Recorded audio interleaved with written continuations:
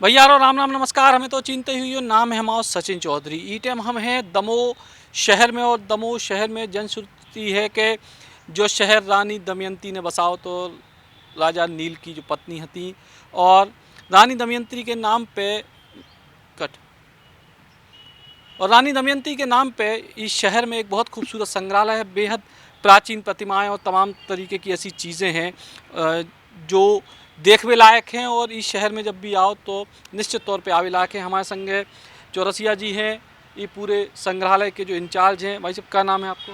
मैं डॉक्टर सुरेंद्र चौरसिया। सुरेंद्र चौरसिया जी, का ये पूरी संग्रहालय को इतिहास है, कब की स्थापना भई और का ही को मकसद है? बिल्कुल, ये जो आप भवन देख रहे होंगे, ये जो बिल्डिंग है, किला जो देख रहे हैं आप, ये 1480 के लगभग का निर्माण है, मोहम्मद बिन तुगलक के समय का। उस कार्यकाल में जब इस किले का निर्माण हुआ था, तब यहाँ एक व्यक्ति तैनात हुआ करता था उनका, जो कहलाता था नायब। नायब का मुख्यालय, नायब के रहने की जगह हती जाऊ समय की। अब ऐसी इमारतों के लिए पुरातत्व विभाग उनके संरक्षण और संवर्धन के लिए कार्य करता है। इसलिए इस बिल्डिंग को संरक्षित करके इसको संग्रहालय की अवधारणा का प्रारंभ करने के लिए 25 अगस्त 1989 को तत्कालीन गवर्नर सरला ग्रेवाल जी द्वारा इस बिल्डिंग में संग्रहालय की स्थापना कर दी गई। तब पूरे दमोह क्षेत्र के आसपास की प्रतिमाएं जितनी बिखरी पड़ी थी यहाँ, उनको यहाँ एकत्र करके प्रदर्शित किया गया और संग्रहालय की अवधारणा को प्रारंभ कर दिया गया। संग्रहालय जो तैयार है, आप देखो एक किले जैसी पूरी भवन है, किले जैसी बिल्डिंग है, और रानी दमयंती के नाम पे जो संग्रहालय है जो हम आपको दिखा रहे हैं। और अब में अपन भीतर चल रहे, भीतर चल के दिखाएं कि आखिर इस संग्रहालय में का है, और जो मूर्तियां हैं उनको का महत्व है, कब की हैं, कैसी हैं, और एक एक करके चौरसिया जी अब लोगों को बताएं। जी भाई साहब। बिल्कुल बिल्कुल, जैसे मैंने आपको बताया कि इस बिल्डिंग का बनने का पीरियड या ये क्या बिल्डिंग थी, चूँकि तत्कालीन गवर्नर के द्वारा जब इसका उद्घाटन किया गया, उस समय इस संग्रहालय का नामकरण कर दिया गया। नामकरण किया गया रानी दमयंती जिला पुरातत्व संग्रहालय। उस नामकरण करने का कारण ये है कि यह जो बस्ती बनी है, इसकी कभी शुरुआत हुई है, दमोह की जो बसाहट की शुरुआत हुई है कभी, उसमें रानी दमयंती जी ने बहुत बड़ा योगदान दिया था। यहाँ पर रहने वाले लोगों के लिए कुछ सुविधाएं मुहैया कराई थी, यानी कि खाने के लिए प्रबंध किया हो, पानी का प्रबंध किया हो, रहने का प्रबंध किया हो। क्योंकि रानी दमयंती राजा नल की पत्नी थी। राजा नल कुछ समय के लिए रनेह में रहे हैं। रनेह यानी कि दमोह जिले का ही पास का हिस्सा। राजा नल रनेह में रहे हैं, इसके प्रमाण मिले हैं, यानी रानी दमयंती इस क्षेत्र, इस बस्ती में रही हैं। उन्होंने यहाँ पे बस्ती में रहने वाले लोगों के लिए कुछ सुविधाएं मुहैया कराई। इसीलिए प्राचीनतम ग्रंथों में इस शहर बस्ती का नाम मिलता है वो दमकनपुर, दमयंतीपुर, उस तरह के नाम मिलते भी हैं। वही आज अपभ्रंश होकर दमोह कहा जाने लगा।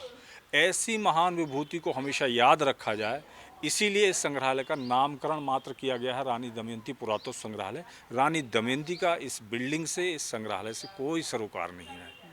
यहाँ पर 25 अगस्त 89 को संग्रहालय का जब प्रारंभ हुआ, तब से लेके आज तक 26 वर्ष होने जा रहे हैं लगभग, इस संग्रहालय में जिले भर की एकत्र प्रतिमाओं को प्रदर्शित किया गया है, जिनमें शैव, वैष्णव, शाक्त, गौड़ देवी देवताओं के महत्वपूर्ण अंकनों का यहाँ प्रदर्शन किया गया है।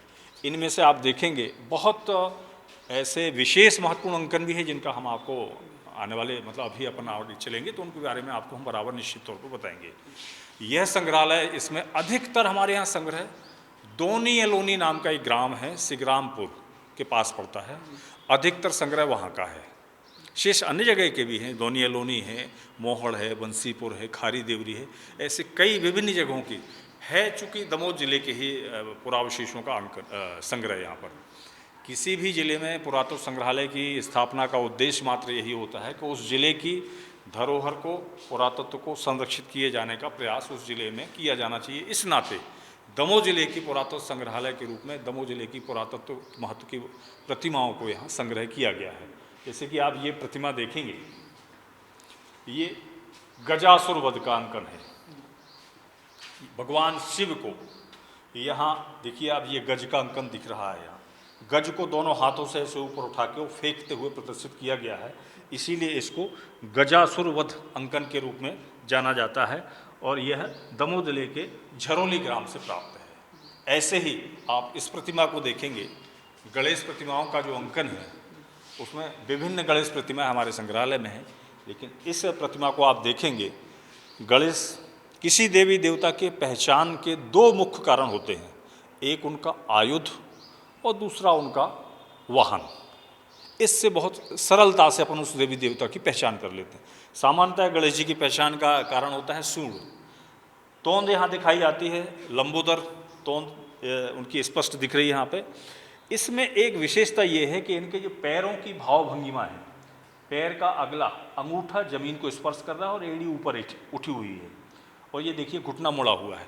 इसका आशय हम लोग ये लगा लेते हैं, प्रतिमा विज्ञानी इस तरह का आशय लगाते हैं कि यह जो गणेश प्रतिमा है यह नृत्यरत अवस्था में है। गणेश जी यहाँ नृत्यरत प्रतिष्ठित दिखाए जा रहे हैं। ऐसे ये देखेंगे आप कार्तिकेय प्रतिमा, कार्तिकेय प्रतिमा का अनुमान लगाने की दृष्टि से आप देखेंगे, ये देखिए मोर का अंकन, जो मैंने आपको अभी पूर्व में दो बात कही, एक आयुध और दूसरा उनका वाहन। तो ये वाहन के रूप में ये मोर प्रदर्शित, ये कुश, ये भगवान कार्तिकेय हैं। इस तरह के महत्वपूर्ण अंकनों में से एक बहुत महत्वपूर्ण अंकन है, हम आपसे कहेंगे कि उस ओर अपन चलें और उसके बारे में आपको बहुत विस्तार से आपको बताने का प्रयास करेंगे। भगवान राम की प्रतिमाएं जी बुंदेलखंड प्रक्षेत्र में जी बहुत, ये मान के चलें कि कभी ही कहीं ऐसी प्रतीत नहीं हुई है कि वो पाई गई हैं, लेकिन यह जो प्रतिमा है यह भगवान राम की प्रतिमा है। लेकिन आप यहाँ जो हमारा अंकन देख रहे होंगे, इसमें लिखा है हमने अभिज्ञान राम।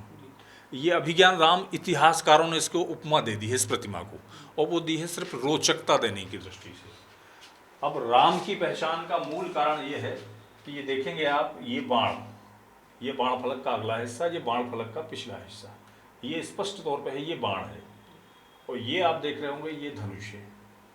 धनुष और बाण यानी कि भगवान राम होना चाहिए, एक अनुमान अपन लगा लेते हैं। दूसरा अनुमान लगाने की दृष्टि से ये दो जो चरण सेवक दिख रहे हैं, एक जो हाथ जोड़े वाली मुद्रा में खड़ा हुआ है, दूसरा जो उनके पैरों के समीप बैठा है, इसके हाथ में है शिवलिंग। शिवलिंग लिए उपासक इनके चरणों के समीप पाया जाना इस बात का द्योतक है कि ये भगवान राम होना चाहिए, क्योंकि भगवान राम शिव उपासक थे, ऐसा आपने हमने ग्रंथों में पढ़ा है, चित्रों में देखा है। ये भगवान राम होने की परिकल्पना को पूर्ण कराता है यह दृश्यांकन। अब चूंकि भगवान राम राजा थे, राजसी वेशभूषा हमेशा पहना करते थे, लेकिन एक समय की अवस्था थी जब वो वनवास के लिए गए थे, तब राजसी वेशभूषा त्याग कर गए थे। हो सकता है कलाकार ने यह जो कला की अभिव्यक्ति की है ये उस समय का चित्रण किया हो, लेकिन इतिहासकारों ने इस प्रतिमा में रोचकता देने की दृष्टि से इनकी जो केश विन्यास की अवस्था है, कंघी करने की जो इनकी स्टाइल है, इसको बुद्ध के बुद्धत्व प्राप्त करने वाली अवस्था से समानता रखता है। इस कारण इनको सिर्फ राम न कह के अभिज्ञान राम की उपमा दे दी है, क्योंकि राम के अलावा अभिज्ञान राम कोई व्यक्ति, व्यक्तित्व या भगवान कोई नहीं हुआ है। अभिज्ञान राम कोई नहीं, राम एक व्यक्ति, व्यक्तित्व या भगवान हुए हैं। अभिज्ञान राम की उपमा इतिहासकारों ने दी है। और वही बात जो मैंने आपसे पूर्व में कही थी कि दोनी अलोनी, ये प्रतिमा दोनी से प्राप्त है। दोनी अलोनी एक इतना रिच शेल्टर है दमोह जिले का, मैं अपनी भाषा में यदि उसको व्यक्तिगत तौर पर कहूँ तो दमोह जिले का खजुराहो से कहा जा सकता था। जैसे खजुराहो में विशाल मंदिर समूह, 7-8 मंदिरों का जो वहाँ समूह है, विशाल मंदिरों का समूह है, लेकिन दोनी में मध्यम क्रम के वास्तुकला के मंदिरों का वहाँ कभी स्थापत्य रहा था, मौजूद रहा था। उस जगह पे, उस स्थल पे यदि आप और हम जाएंगे तो आज भी ये देख के प्रतीत होता है कि हाँ, यहाँ बहुत प्राचीन संपदा रही है। पूरे बिखरे हुए ढेर वहाँ मिल जाएंगे। यह एक बहुत महत्वपूर्ण प्रतिमा है, भगवान बुद्ध की प्रतिमा है। अमूमन लोग जैन और बुद्ध प्रतिमाओं में अंतर विभेद करने के लिए कुछ कमियां छोड़ देते हैं, इसलिए बुद्ध प्रतिमा को जैन प्रतिमा कहने की साहस कर लेते हैं, या जैन प्रतिमा को बुद्ध प्रतिमा कहने का दुस्साहस कर लेते हैं। जैन और बुद्ध प्रतिमाओं में समानताएं 70% होती हैं। समानता का आशय जैसे ये कुंचित केस, घुंघराले बाल, ऐसे जैन तीर्थंकरों के भी होते हैं, बुद्ध के भी यहाँ दिखाए गए हैं। लंबवत कर्ण ऐसे बुद्ध के, जैन तीर्थंकरों के भी होते हैं, बुद्ध के भी दिखाए गए हैं। इस तरह से आसनस्थ अवस्था में बैठे हुए ऐसे जैन तीर्थंकर भी बैठते हैं, बुद्ध भी ऐसे बैठे दिखाए गए।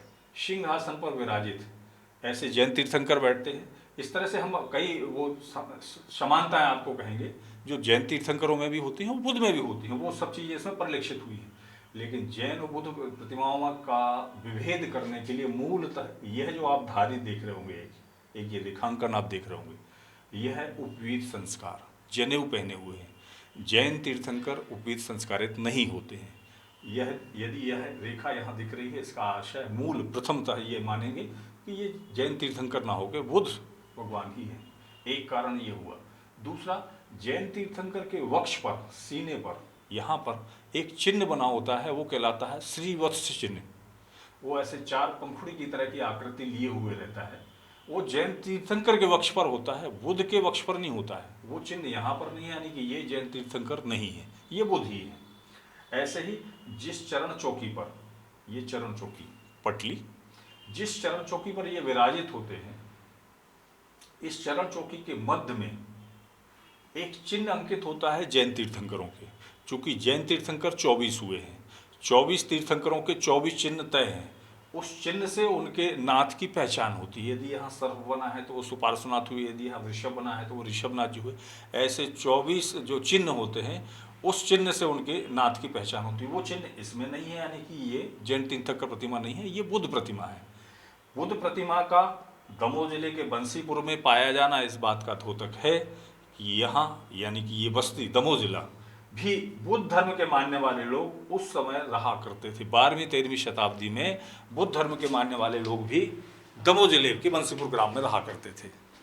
ऐसे ही जो जैन और बुद्ध प्रतिमाओं के अंतर की जो मैं बात आपसे कर रहा था, उसी की पूर्णता देने की दृष्टि से ये तीनों जैन तीर्थंकर प्रतिमाएं हैं। अब आप देखेंगे ये तीर्थंकर प्रतिमा और बुद्ध प्रतिमा का जो विभेद मैंने वहाँ आपको बताया था, ये देखिए, ये श्रीवत्स चिन्ह, इसको आप चाहें तो थोड़ा सा, ये कहलाता है श्रीवत्स चिन्ह, जो उसमें नहीं है। उसमें नहीं यानी कि वो जैन तीर्थंकर नहीं है, इसमें है यानी कि ये जैन तीर्थंकर है। ऐसे ही उपवीत संस्कार की जो बात कर रहा था, यहाँ वो रेखाएं नहीं है, यानी कि ये जैन तीर्थंकर हैं। तीसरा, चरण चौकी के मध्य में ये देखेंगे आप, बहुत धुंधला है, लेकिन ये वृषभ का अंकन यहाँ दिखाया गया है। ये जैन और बुद्ध प्रतिमाओं के अंकन का विभेद है। ऐसे ही एक कथानक बताने की दृष्टि से मैं एक प्रतिमा को और दिखाना चाहूँगा। यह जो प्रतिमा है, हमारे संग्रहालय में जितनी भी प्रतिमाएं हैं, वो मंदिर देवालय के दीवाल का हिस्से के प्रस्तरखंड है। कोई ऐसी मूल प्रतिमा नहीं है जिसकी कभी गर्भगृह में पूजा की जाती रही हो, ऐसी कोई भी एक प्रतिमा नहीं है। ये दीवाल के हिस्से के प्रस्तरखंड है। यह प्रस्तरखंड भी उसी तरह के एक प्रस्तरखंडों में हम गिनती इसकी करते हैं, लेकिन साधारण तौर पे पत्थर बोलता है, ऐसा आप और हम कह लेते हैं। उसका आशय ये है कि जब राजा महाराजा अपने कलाकारों को कला की छूट दिया करते थे, तो कलाकार कुछ कुछ मनगढ़ंत कहानियाँ भी कभी कभी गढ़ देते थे। और इसी तरह की जब कला की छूट का परिचायक यह प्रस्तरखंड है जो मैं आपको कथानक आगे बताने वाला हूँ। यह जो प्रतिमा है, ये फीमेल प्रतिमा है। वक्ष उभरे हुए प्रतीत होना ये तय कराता है कि ये स्त्री आकृति है। इसको फीमेल प्रतिमा हम कहेंगे। इसको नायिका या अप्सरा भी कह सकते हैं। इसका कथानक यह है कि यह नायिका या अप्सरा स्नान करके आई है और अपने दोनों हाथों से अपनी केश राशि को संभालने का प्रयास कर रही है। और इस नाते यहाँ आप ये हिस्सा देख रहे होंगे, ये हिस्सा क्षरण हुआ है, टूटा है। यहाँ पर हंस की आकृति बनी हुई थी। यह नायिका या अप्सरा स्नान करके आई है, अपने दोनों हाथों से केश राशि को संभालने का प्रयास कर रही है और इससे जो जल बिंदु गिरेंगे, हंस उसको मोती समझ के चुगने का प्रयास करेगा। ये कलाकार की कला की अभिव्यक्ति थी। इसीलिए मैंने पूर्व में ये कहा था कि पत्थर बोलता है, यानी कि इस चित्रण को यदि आप समझने का प्रयास करेंगे तो हम यहाँ ये कह सकते हैं कि हाँ, पत्थर बोलता है। ये चित्रण है सामान्य आकृति, कोई देवी की आकृति नहीं, कोई देवी देवता की आकृति नहीं, सामान्य नायिका या स्त्री की आकृति। लेकिन उसका चित्रण यदि आप देख रहे हैं और समझने की कोशिश कर रहे हैं तो मुझे लगता है उस जमाने में कलाकारों को जो कला की अभिव्यक्ति की छूट की परंपरा रही होगी, उसका परिचायक यह प्रस्तरखंड है। एक महत्वपूर्ण अंकन हम आपको ले जाना चाहेंगे, वो बहुत महत्वपूर्ण अंकन वो भी है भगवान के विष्णु के जो विभिन्न अवतार स्वरूप हुए हैं। आपने सुना होगा नरसिंह अवतार, वराह अवतार, वामन अवतार, इस तरह के जितने भी अवतार हुए हैं, कोई ना कोई परिस्थिति बस भगवान विष्णु ने अवतार स्वरूप धारण करके उनका संहार किया और उस रूप में वो हमेशा से जाने गए। इस अवतार को अमूमन लोग कमतर जानते हैं। यह भगवान विष्णु का हैग्रीव अवतार है। इसमें भगवान विष्णु को घोड़े के सिरनुमा आकृति का स्वरूप धारण करके हैग्रीव नामक राक्षस का वध किया था, तब से यह स्वरूप हैग्रीव नाम से जाना जाता है। इस प्रतिमा में एक मूल बात यह है कि यह जितनी भी हमारे संग्रहालय में प्रतिमा है वो प्रस्तर खंड पर बाहर की तरफ उकेरी गई हैं, लेकिन इस प्रतिमा में यह एक विशेषता है कि इस प्रतिमा को आर पार दृष्टि से भी काटा गया है। एक दूसरा, इस प्रतिमा में क्षरण कम हुआ है, तो किसी भी तरह की बारीकी को देखने समझने के लिए ये जो धारियाँ आप देखेंगे इस तरह की, ये इससे ये प्रतीत होता है कि ये वस्त्र विन्यास, कपड़े पहने हुए हैं। मूलतः भगवान हैग्रीव की प्रतिमा भारतवर्ष में दक्षिण में मंदिर तो मिले हैं लेकिन प्रतिमाएं नहीं मिली हैं। दमोह जिले के मोहड़ ग्राम से ये प्रतिमा पाया जाना इस बात का द्योतक है कि यहाँ वैष्णव धर्म के मानने वाले लोग भी रहा करते थे, और भगवान हैग्रीव की प्रतिमा पाया जाना इस बात का भी तय कराता है कि यहाँ वैष्णव धर्म के मानने वाले ऐसे लोग थे कि भगवान विष्णु के विभिन्न स्वरूपों को भी और ऐसे दुर्लभ स्वरूपों को भी यहाँ पूजा जाता था। ये मोहड़ से प्राप्त प्रतिमा यह तय कराती है। ऐसे ही मैंने बहुत सी हैं। ये भगवान कुबेर का अंकन है, देखिए आप उसमें धन की पोटली लिए वहाँ दिखाया गया है, एक हाथ में उनकी धन की पोटली है, और ये भगवान कुबेर का अंकन है। ये दमोह जिले के रिचकुड़ी ग्राम से प्राप्त है। तो आपने देखी तमाम तरीके की प्रतिमाएं जो हमने आपको दिखाई संग्रहालय में, और एक बहुत अद्भुत जगह है। और जब बताते हैं कि बुंदेलखंड को जो पुरातात्विक महत्व है वो भी बहुत कम नहीं है, बस जो विरासत हैं उनको संवारवे की, सहेजवे की ज़रूरत है। चौरसिया जी एक बार बस बुंदेली में अपील कर दो कि जो भी लोग आएँ तो ज़रूर आएँ। बिल्कुल, हम आओ तो भैया जो के वो हुआ है तुम्हारों से। जब दमोह जिला में इतने पास में शहर के बीचों बीच इतनी बढ़िया जगह बन गई है, जा पहले भले ही ठीक नहीं थी लेकिन अब बहुत बढ़िया व्यवस्थित जगह हो गई है, तो काय नहीं आ पा रहा या आप हो रहे। हाथ जोड़ के हमारी विनती है, तो अपने पुराने समय की प्रतिमाओं को देखो और आज से हजारों वर्ष पहले अपने बब्बा दादा हरें का कर गए थे, राजा महाराजा हरें का कर गए थे, आप आकर देखो। जब देखो, जब समझ हो कि हाँ, जब पहले से इतने समय पहले इतने अपन उत्कृष्ट हते, इतने अपन जानकार हते, तो अब तो अपने पास इतने साधन हो गए हैं, मोबाइल हो गए हैं, ग्रिल हो गए हैं, एक से एक प्रतिमाएं बनाई जा सकत हैं। लेकिन उस समय में जब जो ऐसी बना देंगे और वो आपको यदि देखने को टाइम नहीं मिल पा रहा है, तो हम ये एक बार फिर से आपसे निवेदन करें कि आप दमोह के संग्रहालय में ज़रूर आओ और अपनी सेल्फी ज़रूर खींचो और दुर्लभ प्रतिमाओं को देखो ज़रूर। और इतना कि बगीचा में बगैर सेल्फी ले नहीं जाइयो, जो हमारा निवेदन है, ज़रूर आइयो। दमोह के संग्रहालय में कोतवाली के सामने बनो है। तो भैया जब भी पहुंचो दमोह तो निश्चित तौर पे आइयो और समारोह अपनी विरासतों को कम से कम देखो। कैमरामैन नीलेश के संग सचिन चौधरी, दमोह से बुंदेली बौछार के लाने। बुंदेली बौछार की शानदार खबरों को YouTube पे देखने के लाने बुंदेली बौछार को सब्सक्राइब करें, फिर बेल आइकन दबाएं और ऑल नोटिफिकेशन पे क्लिक करें, तभी आपको मिल पे पूरी खबरें बुंदेली बौछार की।